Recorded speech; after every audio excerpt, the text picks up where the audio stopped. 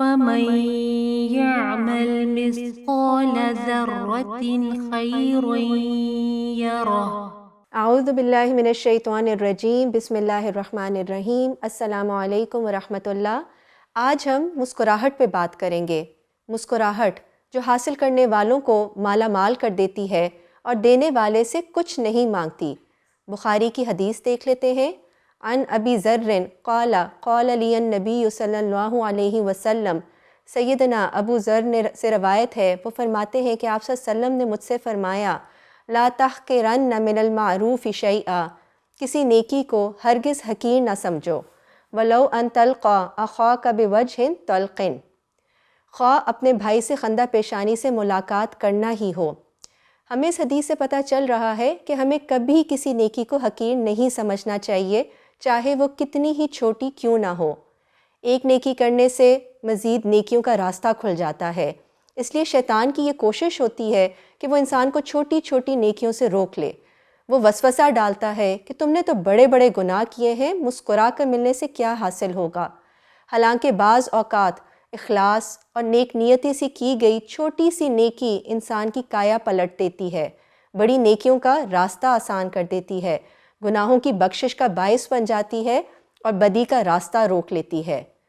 مسکراہٹ ایک فطری عمل ہے جو زندگی کو حشاش بشاش بنانے میں مددگار ہے اور اسلام میں پسندیدہ ہے۔ آپ صلی اللہ علیہ وسلم کی سیرہ کے مطالعے سے پتہ چلتا ہے کہ آپ صلی اللہ علیہ وسلم کی اتنی پر آزمائش زندگی کے باوجود آپ صلی اللہ علیہ وسلم کے ہونٹوں پر مسکراہٹ ہوتی تھی۔ آپ صلی اللہ علیہ وسلم اپنے صحابہ کرام اور اپنے گھر والوں کے ساتھ فطری انداز میں رہتے، ہنسی اور مزاح بھی شریک ہوتے اور غم اور پریشانی میں بھی شریک رہتے۔ حضرت جریر بن عبداللہ رضی اللہ عنہ نے فرمایا کہ جب سے میں اسلام میں داخل ہوا، آپ صلی اللہ علیہ وسلم نے مجھے گھر کے اندر آنے سے نہیں روکا، یعنی جب بھی انہوں نے اجازت چاہی، اور جب بھی آپ صلی اللہ علیہ وسلم مجھے دیکھتے تو مسکراتے۔ ہر وقت چہرے پر بارہ بجائے رکھنا، غصے میں رہنا، ماتھے پہ شکن ڈالے رکھنا اور ایسا مزاج رکھنا کہ اپنے ہی بچے، گھر والے اور ارد گرد کے لوگ بات کرنے میں خوف محسوس کریں، تو یہ ہمارے نبی کا طریقہ نہیں تھا۔ مرجھائی ہوئی، روکھی، خشک، بے رونق شخصیت اسلام میں پسندیدہ نہیں۔ آج کل کے بے سکونی کے ماحول میں جہاں ہر دوسرا انسان انگزائٹی اور سٹریس کا شکار ہے، وہاں پر میرا اور آپ کا مسکرانا اور دوسروں کی طبیعتوں کو حشاش پشاش کرنا کوئی چھوٹا عمل تو نہیں ہے۔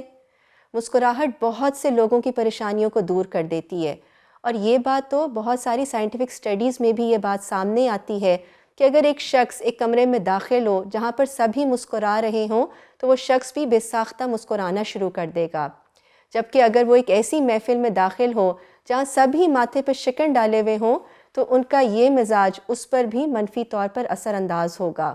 اور اس بات کا تجربہ تو ہم سب نے ہی کیا ہوگا کہ اگر ہم کسی ایسے شخص سے ملیں جو ہمیں ہر وقت مسکراتا ہوا ملے تو اس کی مسکراہٹ ہمارے پورے دن کو خوشگوار بنا دیتی ہے۔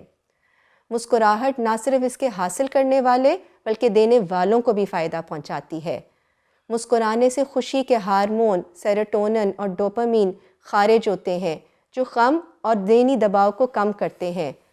مسکرانے سے رشتے مضبوط ہوتے ہیں، مدافعاتی نظام مضبوط ہوتا ہے اور بلڈ پریشر کم ہوتا ہے۔ اب ہمیں اس بات کا بھی پتہ ہونا چاہیے کہ آپ صلی اللہ علیہ وسلم مسکراتے تھے، مگر اس طرح کہکے نہیں لگاتے تھے کہ جن میں ان کی داڑھیں یا حلق کا کوا نظر آئے۔ کثرت سے ہنسنا تو ویسے ہی دلوں کو مردہ کر دیتا ہے اور زندگی کے اصل مقصد کو بھلا دیتا ہے۔ اسلام میں مسکرانا پسندیدہ اور ہنسی مذاق جائز ہے، مگر چند شرائط کے ساتھ۔ وہ شرائط کیا ہیں؟ ایک تو یہ کہ جھوٹی باتوں سے لوگوں کو نہ ہنسایا جائے، جیسا کہ اپریل فول والے دن یعنی 1 اپریل کو ہوتا ہے۔ ایسا مذاق نہ ہو کہ جس سے دوسروں کو تکلیف ہو۔ جو شخص مذاق کو پسند نہ کرے اس کے ساتھ نہ کریں، ورنہ بلا وجہ کا جھگڑا جنم لے گا۔ ہنسی مذاق ایسا ہو کہ جس میں کسی کی تحقیر یا تذلیل نہ ہو، یعنی جس طرح ہمارے ہاں آج کل میڈیا یا سوشل میڈیا پہ ایک دوسرے کے کارٹون، غلط اور جھوٹے لطیفے وغیرہ بنائے جاتے ہیں، یہ کام مت کریں۔ اس وقت مذاق نہ کریں کہ جب سنجیدگی کا ماحول اور موقع ہو، یا جہاں رونے کا مقام ہو وہاں پہ ہنسی مذاق نہ کریں۔ ہر کام کا ایک مناسب وقت ہوتا ہے۔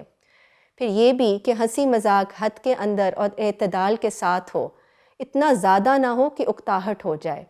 یاد رکھیں اگر آپ دوسروں کے دل میں گھر کرنا چاہتے ہیں تو مسکرائیے۔ سبحانک اللہم و بحمدک اشہد ان لا الہ الا انت استغفرک و اتوب الیک۔ السلام علیکم ورحمۃ اللہ۔ فمن يعمل مثقال ذرة خيرا يره